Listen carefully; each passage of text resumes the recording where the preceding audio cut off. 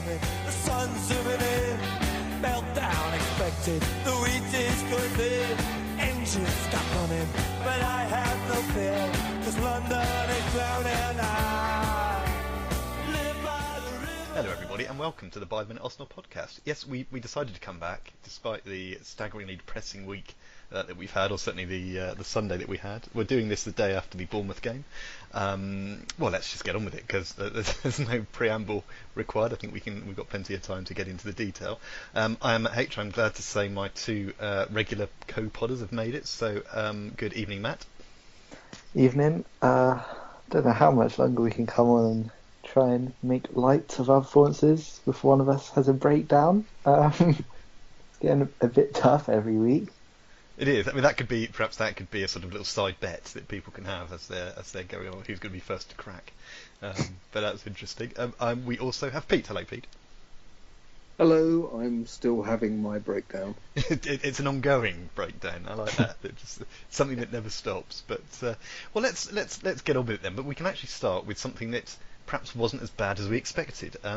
Going back to last, I forgot if it was Tuesday or Wednesday now. Wednesday, we were away at Chelsea in the first leg of the League Cup, and the game itself was not one to write home about, but a 0-0 was probably not a bad result, all things considered. The team news was, as sort of Pete, I think, was the first to predict, it would have a more, shall we say, first 11 Premier League kind of look about it. It wasn't completely there, but there was much more of that in terms of the lineup. So it was a stronger team, and Sanchez was on the bench, and indeed did come on for the last 25 minutes or so. Well, let's start with Pete. Any thoughts on that team news? I suppose you were sort of indicated as what you'd predicted anyway. Yeah, that's pretty much what I thought. It's a shame that Ozil wasn't available, and yeah, I think it probably was sensible to have Alexis on the bench. Presumably, it was an attempt to hopefully keep him there to just raise the price for Man City, because otherwise, or is he cup-tied just being on the bench? I've no idea, to be honest, about cup-tied in the League Cup. I will admit to that now. So who knows? Yeah, I wasn't too unhappy about that. At least it meant we had someone to come off should we need to get something back, and so yeah, I thought it was a reasonably decent team and could put in a reasonably decent performance. It's a shame that they didn't get my prediction right, but other than that, good on them. Yeah, I mean, it was a pretty dull game, I thought. I mean, not all these games can be great, and Arsenal have had a fair share of interesting, should we say, games, but not necessarily for the reasons we would like them to be, including, of course, the one yesterday. But yeah, it was sort of competent rather than being particularly exciting, but it was a job sort of reasonably done. Before we go into any more details, Matt, any thoughts on the team? I think it was pretty much roughly what we were all expecting. Yeah, I think so. I really like seeing Wilshere as captain. Bit of a one-off, but no, that was good to see. But yeah, as expected. I mean, we can't really complain about the team because with the injuries we have, that's pretty much first choice. So Yes. as miserable as that may be in some instances, that's probably as good as it could have got. It was good to see Wilshere captain. It was as equally worrying when he went off with what looked like another injury, although we now know in hindsight it was not actually that bad. Having a ball smashed at your foot, I can imagine, can be painful. Although it was the ankle, really, I think that sort of wobbled a bit, didn't it? But it was very pleasing to know that he was okay not long afterwards. I'm trying to think if there's much else to say about it. I thought Spina did quite well in goal. I mean, Chelsea had better of the game, I think it's fair to say. They had more of the ball and more of the chances, but they were the home team, so that's perhaps not surprising. I thought Jens Lehmann looked like a security sort of bodyguard in the next to Arsene in the crowd. Sorry, Pete, you were going to say something. Well, only to say yes. One thing, which was Lacazette continued not to impress me, particularly when he didn't really do anything with that chance he had. Wilshere plays him a beautiful ball in, and then he smashes it goodness knows where, into some other postcode by the look of it. And yeah, it was he's not quite as in such poor form as Morata, but it's pretty poor, isn't it? It is, and I think the reason I was sort of backing him, for want of a better word, a couple of weeks ago or whenever it was because he looked very busy and looked to be getting in the right spot and all that kind of stuff. But that does seem to have gone now, and it wasn't really there yesterday. Though I did hear, I think, he had an illness or had an illness or was getting over it. So that's no excuse for blazing it over from relatively close, as he did with the chance I think you're referring to. We did look a little unsure at the back. But again, that's perhaps not massively surprising given the personnel. I'm just trying to think of anything else to say. Matt, have you got anything else you'd like to note about the game in particular? The VAR, as far as I can recall, was not required. No, it wasn't. I wasn't a huge fan of it, really, especially because I didn't really understand. It seemed to play would go on for a few minutes until the ball next went out, and then the referee would be listening in his ear.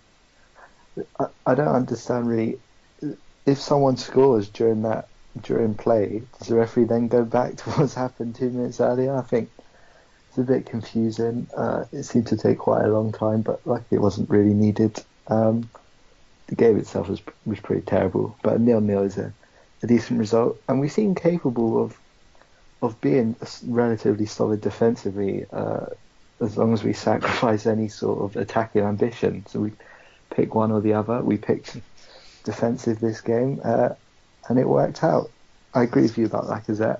I feel a bit sorry for him in terms of the service. I don't think when he signed he'd think 5 months later it would be a Welbeck and a Iwobi behind him. I do feel extremely sorry for him, but he doesn't even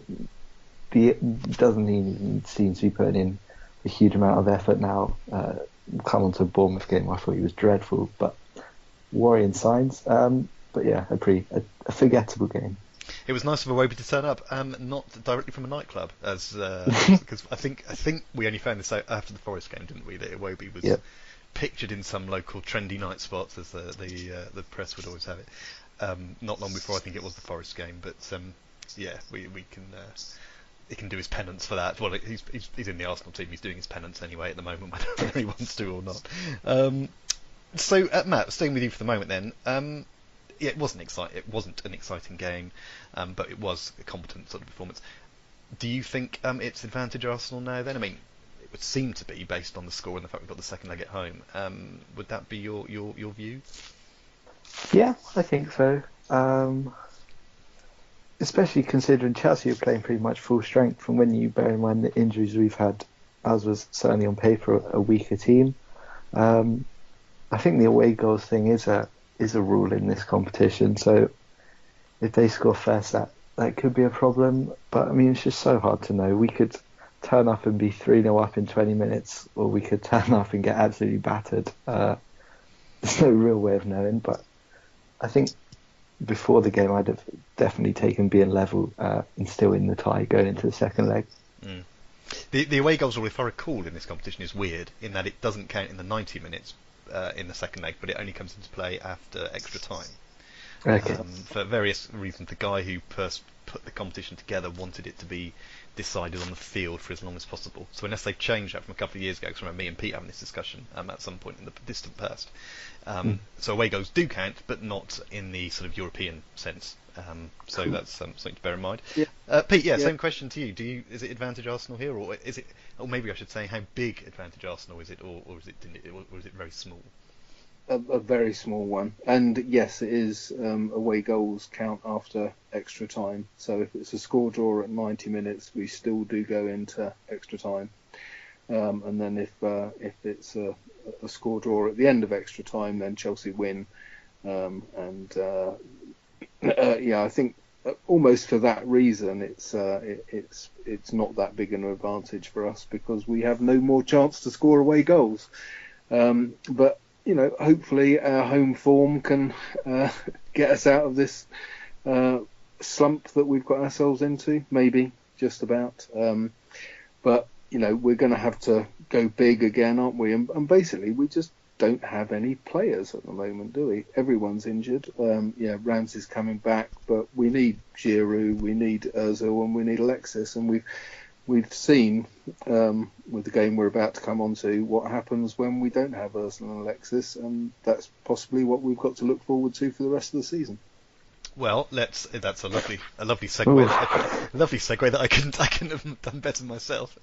We'll leave the League Cup then for a couple of weeks because the second leg isn't this week. It's no, it's this week. No, it's next week, isn't it? It's the 24th or something. So we don't even have to touch that one this week. Yeah, it's 24th at home. Right. Let's move on then to back to the Premier League. Yesterday, 1:30 kickoff on Sunday. We went to Bournemouth. It was a pretty dull first half again, as so often these early kickoffs are.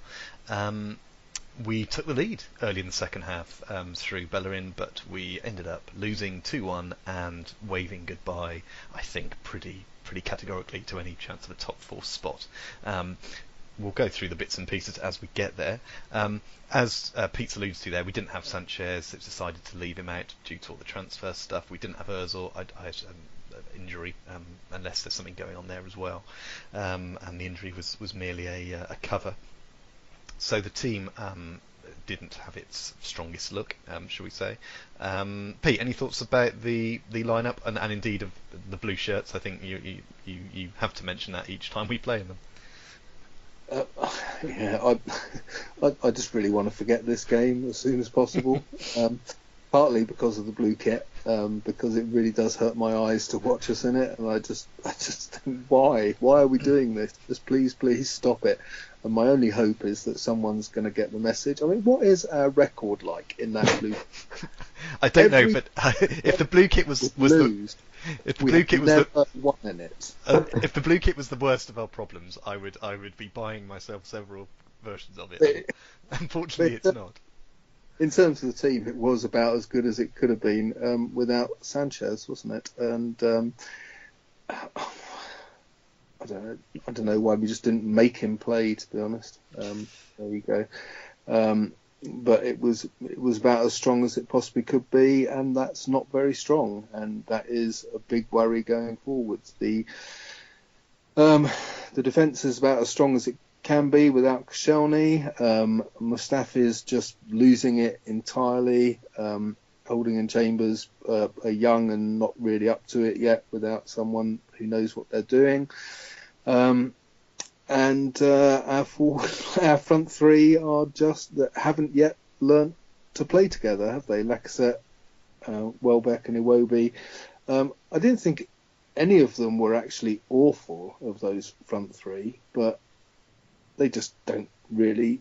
No one's frightened by us when we haven't got one of our world-class players, at least one of our world-class players in the side. We just don't frighten people. We don't make the opposition worry, and to some extent it was pretty amazing when we took the lead.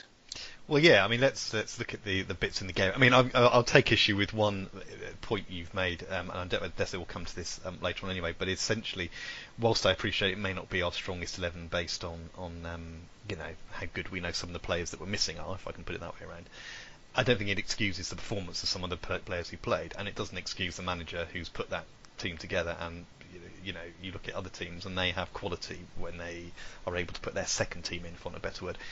We're missing that, and yes, there are injuries, of course there are. But there's Bellerin yesterday. All right, he ended up scoring, but in the first half he couldn't play a simple square pass. And it was staggering the number of times he managed to the move broke down completely based on him. They looked to be a team completely lacking any confidence, cohesion, and basic ability, which is where you do start to think, all right, well, if they're trying, that's one thing, but the manager's got to take responsibility for putting that 11 out with weaknesses running all the way through it. You've alluded to the problems we have in all the different parts of the team. Matt, any thoughts on that starting 11? I just can't really deal with Welbeck and Iwobi playing. I don't know what Welbeck actually does, apart from fall over a lot. He does seem very clumsy. He doesn't even seem to be as fast as he used to be, so I don't know what he brings at all. I feel it's bordering on cruelty to keep playing Maitland-Niles in that defence. He deserves a lot better than that. And I'd be happy to see him play in midfield, to be honest, especially while we have an actual left wing back on the bench. Yeah, it's just quite an uninspiring team, and the bench is even more uninspiring. Just a bit depressing. I agree with you about Bellerin. I know he scored, but the crossing and the passing really is an issue. And he sorts that. I mean, maybe it's just because I was covering this on By the Minute yesterday, so I was perhaps noticing things a bit more than I would be if I'd just been sort of watching it normally, if you like. But it just seemed to be him a lot. Just simple balls, not able to. The crossing can be great, but again, that hasn't been particularly good. I just thought it was symptomatic.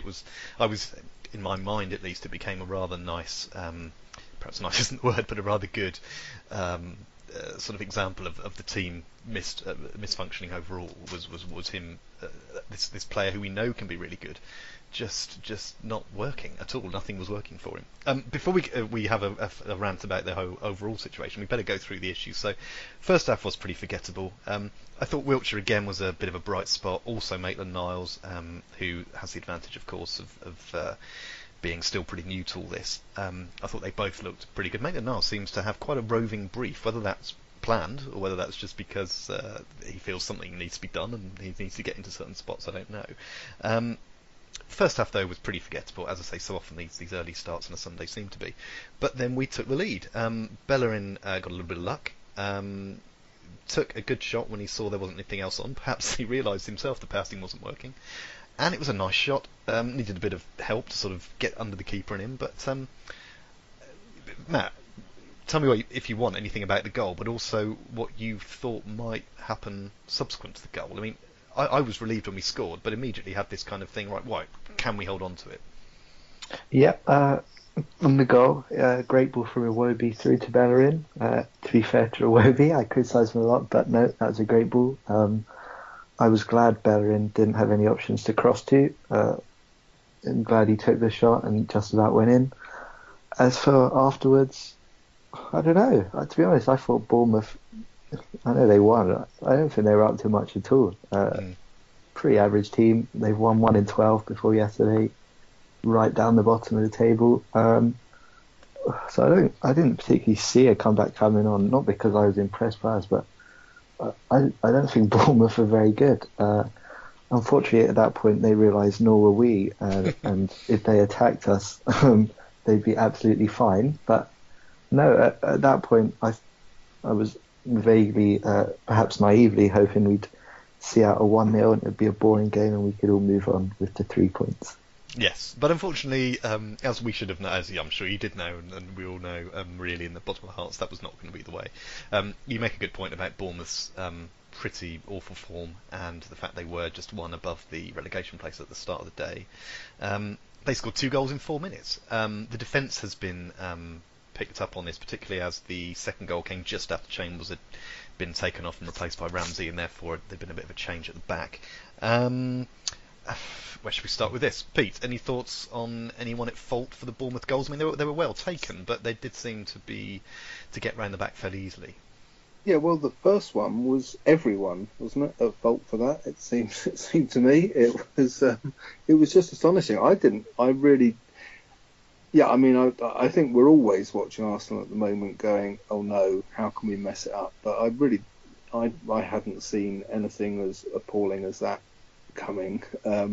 I thought we were 1-0 up. Surely, Bournemouth kept going and looked like their heads didn't drop. They certainly got behind them, and the crowd got behind them as well.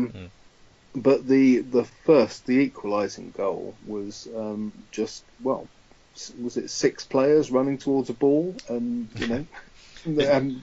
getting nowhere near it by the time that it was turned into the middle, and then Cech decided to do something very, very strange, just unbelievably odd, coming for a ball that he wasn't going to get, and when he'd been better off to stay on his line, and if he's going to come out, then make sure you get it. And goodness knows where Callum Chambers, who was trying to get back, was. So it was just appalling all round. That's surely one of the worst pieces of defending we've seen all season.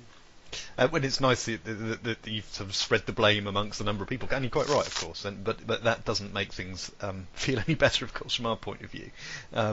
They then took the lead, of course, and Matt's already said something I think I was going to say, which is I had no feeling at all that Arsenal would get back into it, and I don't think Arsenal gave any indication they did either, and I think that's what's worrying. I appreciate the manager's not on the bench, so there may be a small difference in terms of the impact he can have, but he's not one for shouting much from the bench anyway, is he, from the sideline? He's rarely up from the bench hollering, so I'm not sure that would have made a massive difference. But yeah, I mean, and then the game just played out really with us having the odd chance, but to be frank, Bournemouth looked the better team in that second half and deserved the win. And it was just awful all round and utterly dispiriting. If we look at the bigger picture, there's no point in us having a conversation now about, you know, what might happen at the management level. We've discussed, I think, in the past, all the changes happening behind the scenes in terms of new staff and scouting, recruiting, all the rest of it, and that all looks like it's being put in place for the day when the manager goes, which I think is now. If it's not the end of this season, then I'd be staggered at this point. Looking at the way that affected the table, all the other results over the weekend, Arsenal are in 6th, and we are 8 points away from 4th place. And let's face it, that's a hell of a mountain to climb with only 15 games to go.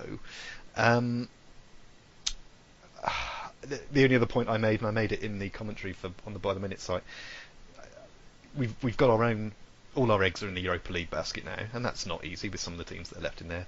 But the bigger picture for me, and I don't know, Matt, I'll ask you both, but Matt, if this Arsenal team now, even with 1 or 2 more players, playing in the Champions League against some of the teams you see in there, it would just be humiliating, wouldn't it?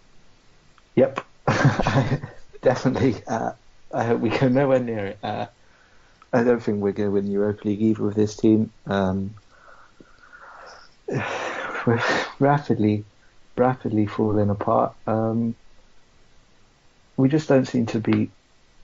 I know there's been stories about us buying some players. I don't think it's going to make any difference at all, really. I don't know what takes so long to sell players. We've known about Sanchez for however long, yet we still don't have a replacement, and yet we still aren't selling him. Walcott, I mean, I don't know why anyone would want to buy someone who doesn't understand the offside rules. His contribution yesterday was to come off the bench and then be caught offside 2 or 3 times. I've seen nothing like it. I don't know when he started. He must have started playing football quite young. So there's a while now to try and work it out. But no, nothing. Our squad is really poor, especially once Sanchez goes. We've got Ozil and Wilshere running out of contracts this summer. Ramsey, Welbeck, I think Czech, and a couple of others at the end of next year. We need something pretty desperate. I'm not sure what that is, really. I think it's damage limitation for the rest of the season. Well, it's a frustration, isn't it? Because there we are, as I've just mentioned, we're 6th in the table, so it's not as if we're fighting relegation or anything, to put it into a context. But it's not where we should be. It's not where the money, the stadium, the money there is, the players we've attracted or hope to be attracting. We need to be looking up, not down. And you worry that the fact that we are safe from relegation, I know this sounds ridiculous, is what the board are thinking. Well, it's not that bad then, is it? They're not thinking about getting into the Champions League. They're not thinking about actually competing in the Champions League, at least. I think they are thinking about getting into it, but not perhaps about actually, getting into the last 8 or something, which, we used to do. That's my concern, is that there's a really deep problem here. And whilst there may be some stuff going on in the background, there's not enough there. We can obviously play well. This is what's frustrating. The games against United and Chelsea and Liverpool, we've had moments of playing rather well. It's just that we're not putting it all together. Pete, I'll ask you the same thing then. This team, even with a couple of better players in the Champions League, it doesn't really. Well, it's not going to happen, first of all. And I don't think we have to worry about that because we're not going to get it. This is true. This is true. We're not going to finish top 4 and we're not going to win the Europa League, are we? So, unless by some miracle we do happen to hang on to Sanchez and Ozil, then, we really aren't. And even if we hang on to them, we need to be buying some other players as well at this stage of the season to stand any chance for the rest of it. Is the way I see it. Other than that, I seriously, I think 6th would be quite an achievement, and I doubt we'll do that at the moment. if we do lose Sanchez and don't replace him which is going to be impossible, really, isn't it? The one possibility I think that might be is if we can get a defensive midfielder at last, because maybe if we can sort out the midfield, then the rest will fall into place. Maybe. Well, you do get the impression that there are plenty of decent players there, aren't there? And plenty of players younger who could come through. Maitland-Niles we've seen. Obviously Wiltshire, if he stays. And I get the impression he will, but obviously that, we don't know about that. You get the impression it does need that bit of... It doesn't need a complete starting from scratch, because there are players around the place. But it needs a few, and it needs, as you say, good players. It needs actually excellent players in a couple of key positions, and that's certainly one of them, because we've just Xhaka is not that, and that's not his fault, because it's not what he does. No, we need Patrick Vieira. I reckon Vieira even now would probably be quite useful to have there, even at whatever age he is. But anyway, utterly dispiriting. And speaking of which, let's move on to transfers. Now, I took a decision when I was making some notes for this. I'm not going to discuss any transfers until they're done and dusted, because we don't need to. We've alluded to the Sanchez and Wiltshire stuff anyway, so I guess we have discussed them a bit. But let's not get into them until it's actually agreed, till we know if people are coming or going. So we can have a word, if you'd like. I'll start with you, Pete, for this, on Francis Coquelin, who has gone to Valencia, I think, for a few million quid. Just when you're talking about a defensive midfielder, there one goes. Yeah, and I can't say I'm that upset. I mean, good for him. I like Francis, and good on him. Let's hope things go better for him outside Arsenal. I think the one shame about it, if anything, is that we won't get to see his John Jensen moment now, will we? Well, that's a thought. Matt, any thoughts on him leaving? Yeah, thrilled. Never have to see him start again. Kidded everyone, really, including the manager, by looking decent alongside Cazorla for about 6 months. I think I would look good alongside Cazorla. There's only so far passion and running around and jumping into stupid tackles can get you. Obviously hope he does well in Valencia. Reunited with Gabriel. Similarly volatile character. But no, we need a defensive mid. It wasn't him. I hope he does well, but no, I can't say I'm sad to see him go. No, well, he played, according to Wikipedia, which may not be perfect, but 160 appearances in all competitions, and as Pete alludes to, the grand total of 0 goals. Now, maybe in the future we'll be delighted to have a defensive midfielder who doesn't score any goals, because he does other things brilliantly. But yeah, he's 26, he'll be 27 in a few months. To get a few quid out of him when he wasn't sort of commanding a place anyway is not bad business. It would be nice if we could get. So it's not a replacement, if we could get a step up, if you like. And we'll see what happens. But again, I don't think any of us will be holding our breath about that. The only other point to mention, and it may sound like I'm clutching at straws here, and that's because I am, which was that Liverpool's victory over Man City yesterday meant the Arsenal Invincible record from a few years ago still holds as sort of a modern record, for want of a better word. I have to say I was not particularly supporting Liverpool when they went 4-1 up. I was thinking, well, this is a benefit. Arsenal can benefit from this in terms of keeping that record. But even though Arsenal weren't directly involved, it started looking like that might not happen because Man City kept coming back. Pete, anything you'd like to say about that, or should we just sort of be grateful for another season and wait for someone else to have a crack next year? Yeah, that's it, basically. Just glad to see it over, and so we don't have to get... I don't think they were ever going to do it. I think if they had won yesterday, as I say, it's not really any advantage to us, Liverpool losing, would it have been, as I say, when we were so poor and we can't see much more than a bleak rest of the season in front of us. So I didn't mind them winning, and was glad to see that Man City lose their unbeaten record and not be able to match us. And I don't think they would have gone unbeaten. Partly because I think they would have won it so early in the season. Yes, there is that possibility. Yes, they would have to get through an enormous number of games without any reason to do so. But yeah, it's nice to have not to have to worry about that anymore. It was the back of my mind, yes, and I know it's sort of petty, but it's the only thing I think we've got to hold on to this season. Matt, go on, Pete. Sorry. No, I don't think it's petty at all. I think it's absolutely, it's vital that no one ever does that. Okay, we'll go with that. Matt, any did you care particularly about that yesterday? It was a vaguely okay moment in what up until that point had been a tough day, starting with City United picking over our best player, Yes. then watching Arsenal lose to Bournemouth. Can't say I was hugely happy when I saw Oxlade-Chamberlain charge through the midfield and ping one in from 20 yards.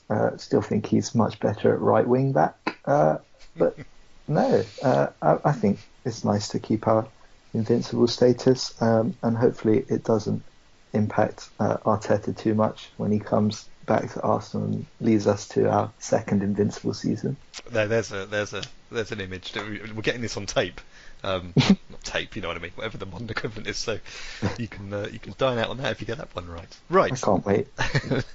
Well, let's move on then. I say that was a very small crumb of comfort basically yesterday, but we'll take it where we can get it at the moment. I'm afraid the prediction league isn't going to cheer any of us up. None of us got any points last week. We all had us winning or losing to Chelsea, and of course it was a draw, and we all had us beating Bournemouth, and we didn't. So for what seems like the first time in ages, there's only one game to look forward to this week, because the Chelsea game is not for a week and a bit. The only game we have to look forward to is our home game, and it's a 3:00 Saturday kickoff against Palace this weekend. What should we start with this now? Pete, because Pete thought he may not be able to make tonight, so he's already sent me his prediction, but I'm going to give him another chance if he wants to change it. So Pete, give me a word on the game and your prediction, if you please. Well, I'm a word on the game. I wish I wasn't going to be there, but I am, and because I am, I'm going to go for my. I'm absolutely determined that one of these days 2-1 to Arsenal is going to come true. So I'm going 2-1 Arsenal for no good reason whatsoever. Seems like a perfectly good, as good a reason as any. So you're going to stick with the 2-1 that you suggested earlier. Matt, what are your what are your thoughts? Firstly, happy that there's a week until we have to watch them again. There's been far too many games. It would be nice to have some rest. Crystal Palace have been in pretty decent form recently under Hodgson. I just think it's going to be another really boring game, unfortunately. I doubt Sanchez will be playing. I don't know about Ozil. His knee seems to be better when it's home games, so maybe he'll play. I don't know if any of our defenders will be back. I was thinking I was going to go 1-0, but then I realised that would mean a clean sheet, and I don't think we'll keep a clean sheet at all. I don't want to go a draw. I'll go 1-0 Arsenal. You'll stick with the 1-0, okay.